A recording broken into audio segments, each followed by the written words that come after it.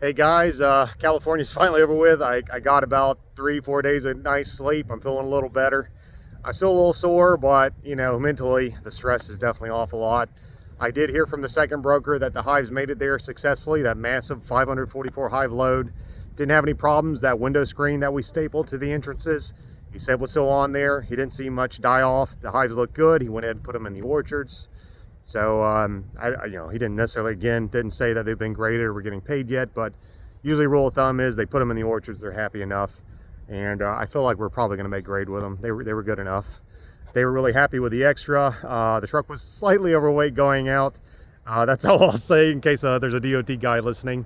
So I've got to figure out how to get them back because they were going to be extremely overweight coming back. Probably more than likely, I'm just going to have to suck it up and hire a third semi and just to take some of those hives and put them and haul them back. Good thing is if we do make grade, even with the additional shipping cost, we're still going to make more money than if I had left them here. So, it is what it is. I probably will never do 544 again. I think I'm probably just going to stick with my 408 loads for double deeps and then maybe a 458 load for hive and a halves if they're a little bit on the light side, but 544 was crazy. And even when the broker saw it, he was like, I told you to go 4 high, but I thought you would only do 15 or 16 stacks on the truck, not 17 stacks on the truck. So, probably not a good idea. I mean, maybe if the hives are like on the verge of starvation, you'd probably maybe be okay. But honestly, our hives to me, were very average weight. Some of them were even light. And, and they were still overweight going out of there. So thankfully we didn't get any fines and the driver was safe and no one got hurt. But that was risky on my part to do that. I just don't find that the money's worth it if somebody gets hurt or my driver loses his CDLs or goes to jail or something. I don't want to risk it. That's just too greedy, I think. So live and learn. I think everything's still going to be fine. It is what it is. My first truck that I sent 408, I found out the weight on it. I was only 3,000 pounds under the weight limit for that one. So I was originally thinking I could just equalize the highs between the two loads, even though I'd have to coordinate between two brokers. And those brokers are, I don't know, probably 2 or 3 hours apart where their orchards are. So that was going to be a pain in the butt, but I'm kind of almost worried about that 408 load, gaining the 3,000+ pounds and being over the limit. It could happen. One of the guys told me that it looks like a good honey year over there. They're getting rain and they've got some kind of fennel plant or something I'm not familiar with. That's blooming, so they expect it to be a good honey year. I mean, of course, nobody knows until it happens, but I'll deal with that soon. They're expecting the hives maybe to get released ballpark around mid-March, give or take a week. So I've got about 3, 4, maybe 5 weeks before they come back. I don't know exactly how many colonies I have left behind here because I still have some just scattered around, probably only a couple hundred. So my goal is to go around and just collect all those colonies, bring them to the house, run through them, do whatever I need to do, combine them, whatever, just get them kind of polished up and nice. And then during the day, I'm running around and picking up all the equipment we left behind. We were in such a rush getting all those hives to the house. We left a bunch of syrup buckets and pallets and, and there's probably a hive here and there that I've just completely forgotten about. So I have to run through all the bee yards, pick everything up. What I'm doing today is I'm coming out to my Titi yard and I'm going to expand it a little bit. I can fit 120 colonies here as is, and I did last year and they did great, but I want to expand it at least enough to, if I need to, I can drop all 200 colonies here or whatever I've got left, and they'll hit the Titi here, which will be really nice. I'm going to go check for wild blueberries and see how that's doing.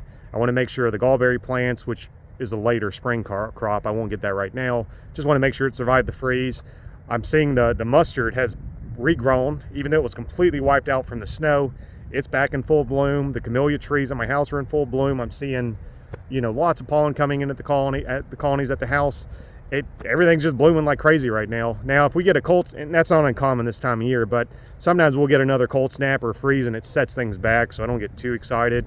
But I do want to go ahead and get all the colonies run through to make sure they're good, place them in the Titi area here, and I got to go check and make sure they haven't bloomed yet. And that way we can build up these little shrimpy colonies and kind of do everything we need to do with those. We just ordered another 500 mini mating nukes, those little styrofoam ones. So we're going to really increase queen production. That's really my priority again for the business this year, is to focus on that. So I need to take these 200 colonies and really build them up on Titi so I can shake the bees off of them to fill all those new minis. So we'll probably have about 700 minis running this year. We had 200 last year, and I think we ran 300 to 500 5-frame nukes, which we're scratching the 5-frame nukes. scratching the queen castles this year. Just gonna focus on the minis. That's what I want to focus on. I just find that to be the absolute best for raising queens.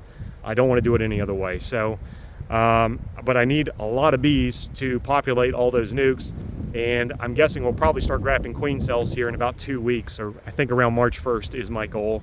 So I've got to build up those cell builder colonies too, and make sure they're strong enough to raise all those cells.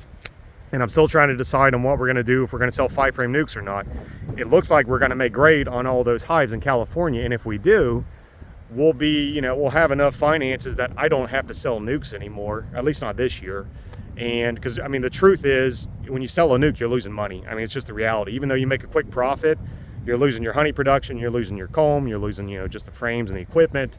You're losing good spring colonies that could have made you honey, that you could have made second splits with, that would have grown up to be like probably beautiful double deeps come California next year. And I just want to run more colonies. 2,000 is just not really enough, in my opinion, for what I want. I want to continue to grow. And even if we can't expand the total colony count, I want to make more spring splits and keep them, so I don't have to make those summer and fall splits, or maybe not so many, just do a little bit just to keep our numbers up. Because honestly, the fall splits this year were crap, and they've been crap the last year too. The only reason I was able to send some of the fall splits is because there was such a shortage over there that they didn't care. I got pure lucky. There would have been several hundred colonies would have sat here, and I would have been moving to Titi and wouldn't have done much with. So I got very lucky there. The summer splits, a lot of them did turn out okay if they got near cotton, or they got just to a really good yard and they were able to build up. But even some of those were like, you know, they were kind of on the fence. They were like really nice 6-framers, but they weren't like double-digit populations. They weren't guaranteed to go to California. They were kind of risky there too. So my thinking is just try to do extra splits this spring, keep all those colonies in my apiary versus, you know, selling them out, you know, for a quick buck. And that'll put me in a better position this coming California. I've already got to start thinking about it. I mean, it just never stops. And I think that's going to be better off for us. And then I can just, instead of getting stretched so thin with doing nukes and queens, I can just focus all of my attention on queens. And, you know, we'll make some honey too, but, you know, honey, I just throw a honey super on and I walk away for a little bit. The queens, the queens take 100% of my time. There's really you don't have much downtime when you're raising queens. It's a tight time schedule, especially now that we're going to be trying to run an increased quantity. And that's just how it is. But I haven't really made up my mind about the nukes. My goal is to fly out to California next week. I want to check on the colonies. I want to meet the second broker. I just don't know them other than talk to them on the phone. I think it's just good to meet somebody, shake their hand, look them in the eye. And I still have not heard a word from my first broker at all. I haven't even got so much as a text since I told him that I sent the truck to him. So I'm kind of like, what's going on, man? You know, normally I would expect at least a text or a phone call just saying, hey, the hives arrived, they're safe, they're in the orchard. So I'm a little uncomfortable with that situation, if I'm just being honest. The lack of communication makes me, I'm sure he's busy, but at this point I'm like, you know, what's it take to send a text message? Let's be honest here. So I'm going to fly out there. I'm going to talk to him, see what's going on. I'm going to check on his colonies I gave him, check on the second broker's colonies, even though one's in Central California, the other's in Southern California. I've never been to California. I want to see it for myself. I also think, if I'm just being honest here from a business perspective, I think if you're willing to fly out to California and talk to these brokers or the farmers or whoever you're doing business with, if I'm just being blunt, I think they're less likely to screw you over if they know you're willing to get on a plane and come out there and talk to them, look them in the eyes, check the hives. If they know you're going to be on the other side of the country and you're never coming out there, I mean, they can do whatever they want and you would never have an idea. And I can still fly out there and they can still do whatever they want, but it might create a little deterrence. And that's my reasoning, if I be honest. And I'm just curious of what's going on over there. It's just too much money, and everything's like a handshake deal over there. You just kind of, a phone call or a text message, and then I send my entire livelihood to you and I don't hear from you for a month or two and hope everything goes right and nothing shady goes on. It's a terrifying business, if I'm being perfectly honest. It's not regulated, it's not controlled, there's no formal contracts. It's just a phone call and boom, there's 400 hives that I'm shipping over to you, and hope you don't screw me over. So that it scares me to death. So I'm just going to have to start making an effort to go out there and talk to these guys, if nothing else, just to lower my anxiety levels, because it's through the roof. And like every beekeeper, we're all probably through the roof right now. But anyways, long rant to say, I'm just picking up equipment and expanding yards right now. I'm taking it a little easy and doing a little more mechanic work. But not a whole lot going on this week. Hopefully I'll be in California next week, and that'll be a cool video, because I think it'd just be kind of cool to go out in the orchard, see what's happening. From what I've heard, the blooms are not even blooming over there yet, so I'm also a little concerned about why I had to send the colonies so early and with such short notice on that first load if the blooms aren't opening. But that's just stuff I hear through the rumor mill, so I don't know if it's true. I want to go out there and see those orchards with my own eyes, and are they really blooming? What's going on? I'm just a little concerned about the situation, if I'm just being perfectly honest. And maybe nothing's going on, but you never know. It's better just to go deal with it yourself. But that's what's happening right now. I'm gonna go check these plants back here and see how they're doing, and hopefully everything's about to bloom, and we'll start making a little tai-tai honey. All right, here's one of the tai-tai trees in my yard, and not even close to blooming. It's just got some old seeds on it. I don't see any budding anywhere. I'm gonna go check some of the other trees, but I could see a few in the distance here, and there's nothing. They bloomed last year. They bloomed, I want to say it was around February 27th, I think, is when I wrote, is when the bloom started opening. So I don't even see the start of a bloom here. So probably looks like we may have some time. Most of the trees don't have any buds, but I did find one here. They've got some small buds. I don't know how long it takes for the flower to open from this stage, but I mean, most of the buds are very, very small. This tree's got a few. So we're kind of getting there. I don't feel like they're gonna pop, tomorrow or anything. So I've probably got some time to get the hives ready and get this yard cleared up and get them out of here. But this whole area out here is, a lot of those trees in the distance are all tai-tai. When it blooms, it'll almost look like snow on the trees. A lot out there in the swamp and the creek out there. It's a really nice tai-tai yard. We dropped 120 colonies here last spring, and little ones that couldn't go to California, 3, 4, 5 framers, and they blew up to double, triple deeps. I mean, real fast. It drew out a lot of foundation. So it's important we catch this, and that'll take the couple hundred little colonies I got left and turn them into hopefully something really worthwhile, and that'll allow us to start building up our mating nukes and get everything running, and hopefully get all those hives taken care of, split down, the whole shebang before the bees come back for California. That's the goal anyways. Here's a gallberry bush. I mean, it's nowhere near blooming now, but those blackberries is gallberry.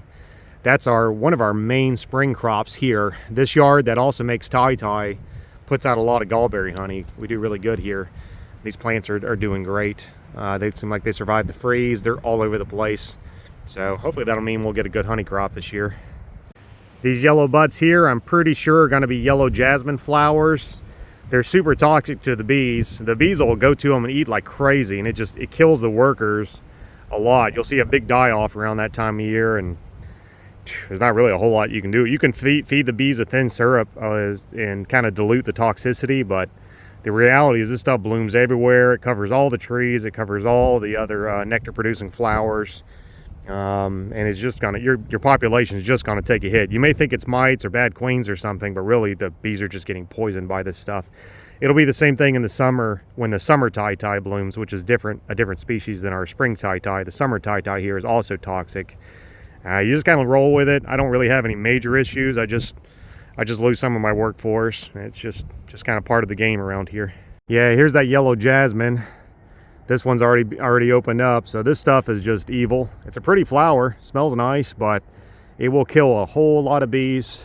The hive will be okay. You just take a population hit, and when this dies off, you just kind of move on. The bees will rebound. They should be fine. Just something to be mindful of. You see an area with a lot of this, just expect some die-off from your hives. That's all. This is our wild blueberries. They grow like crazy out here in the woods. And the bees do really good. I don't really make honey or anything necessarily off of them. I assume they get some nectar. Definitely get a lot of pollen. But it's just a nice natural food source for the bees. It opens up really early in the year.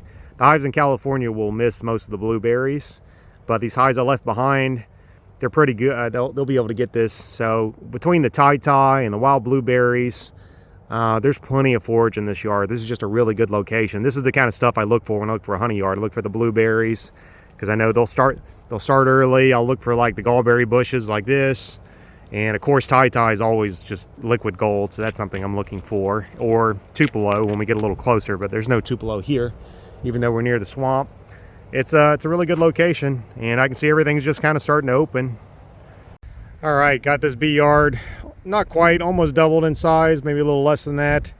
I'm pretty confident I can get 200 hives in there, and that way we can have everybody on Titi, and I'll have nice, plenty of room to work. Just one yard to take care of for the next month. That's going to be pretty nice. This is what happens every bee yard after you move all the hives out. Like I did this yard, the bees don't have a place to go. These are the ones that fell on the ground. So they'll land on something kind of familiar close by. So they chose this bucket. So I'll put them on the truck, and if they can hang on for the ride, I'll bring them back to the house. You can see they're still even bringing pollen in. Poor guys, they'll start drawing comb on here too, but you know, I don't think there's a queen. They'll usually just stay here until they die. But hopefully we can get them back and get them in a hive. So what I'm doing is I'm checking on some of the strong colonies I left behind. I didn't send to California. Trying to pick out just a handful of the absolute best ones, so we can keep back for grafting here in March. And like this is one of them. You can see they look fantastic. Drawn out a lot of frames full of honey. They got tons of drone larvae on the top bars. I love seeing that. Solid box of bees, really good. So I'm gonna mark this. This would be one we would graft off of. I've of course got that big triple deep one that I showed several videos back. That's the best one. But I like to have a few extra because some of them will fizzle out, or you'll smash the queen. Things happen, so always good to have a few spare. And that's what this is going to be. This is going to be one of the backup grafters, but I'm real happy with this one. They look fantastic. All right, just got all these hives moved in just now.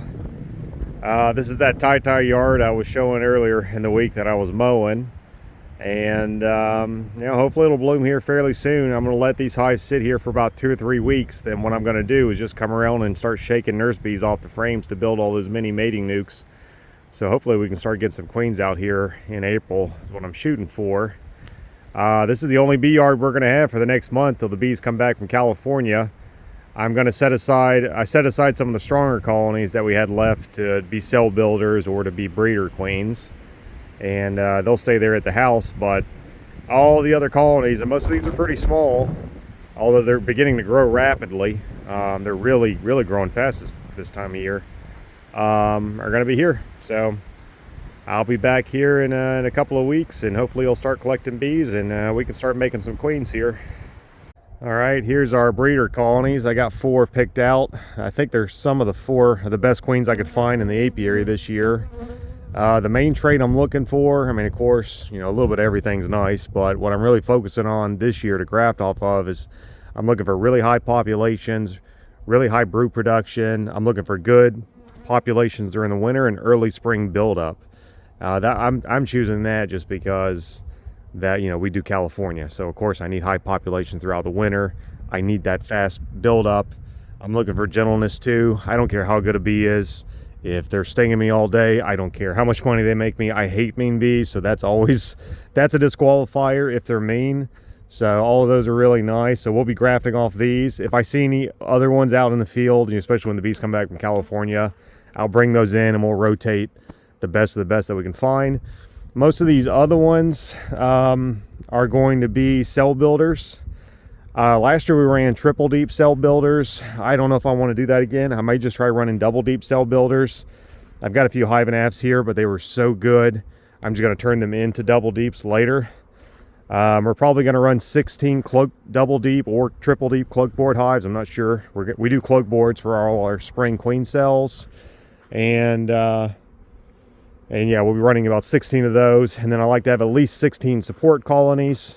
Although I did bring a few extra. Last year we found out it wasn't quite enough to have 16 support colonies because, you got to pull brood and nurse bees and stuff from your support colonies to boost the cell builders. If I just keep them here, it's a lot easier than having to bring them in from the bee yard or bring them, further down in the field. I keep everything here. So we'll do like the first 16 or whatever the best 16 are. That's where we'll put our queen cells. And all these other ones will just be donor hives. They're just here to keep the 16 cell builders going. I don't know what I've got here. I've got a little over 40 colonies here, so we've got extra to pull from. Another thing I want to try this year that we didn't do last year is I probably want to try doing an on and off rotation for the cell builders. Last year, those 16 cell builders we were using, we used all spring, all summer. They got so mean because they were so, number one, they were hyper strong because we were constantly dumping bees and brood in them. But they were hyper stressed out too because we were constantly just tearing them apart, rebuilding them. They were always upset.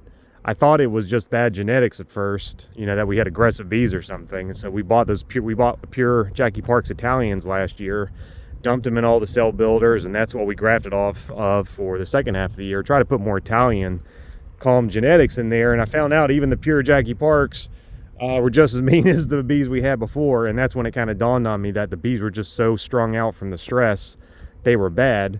And I keep these actually right behind my house. We're going to graft over there in the barn. The problem with having all these hives and being so strong and stressed out is they were like stinging my customers. If anybody bought cells from me last spring, they remember when they drove up to the front of the house, they were getting tagged. So I hate it, but we graft in the barn, and I want a short walk so we can put the grafts in quickly, and I can take the cells and put them in the house in the incubator very quickly, so we don't have any long exposure time to the cells, to the elements. So what I want to do this year is just maybe we'll have, like, say the first 16 colonies we'll graft on. We'll figure it out. I don't know. It could be 1 week, 2 weeks, a month. I'm not sure. And then we'll take those cloak boards off, and then we'll add them to these colonies that I hope will still be very strong, and give those colonies a break. And I may even just have to pull some of these colonies out, take them to an external bee yard, and bring in a fresh set of colonies, because it really was a nightmare with them getting so close to the house, so close to customers, and them just being so stressed out. So that's something I've got to watch. But otherwise, this is about it. You know, those hives I brought in last night at the Titi yard, and this little stretch here, this is all I've got. And we'll have here, that's going to be my queen bank. When we start caging queens eventually, I'll just have this whole pallet here will be probably 3-story colonies, depending on how many queens we're banking at a time. I usually find a good triple deep, I can bank, you know, 100 queens for a week or two without any large losses on them. Although I try not to bank them too long. I find usually a week is honestly just a-okay.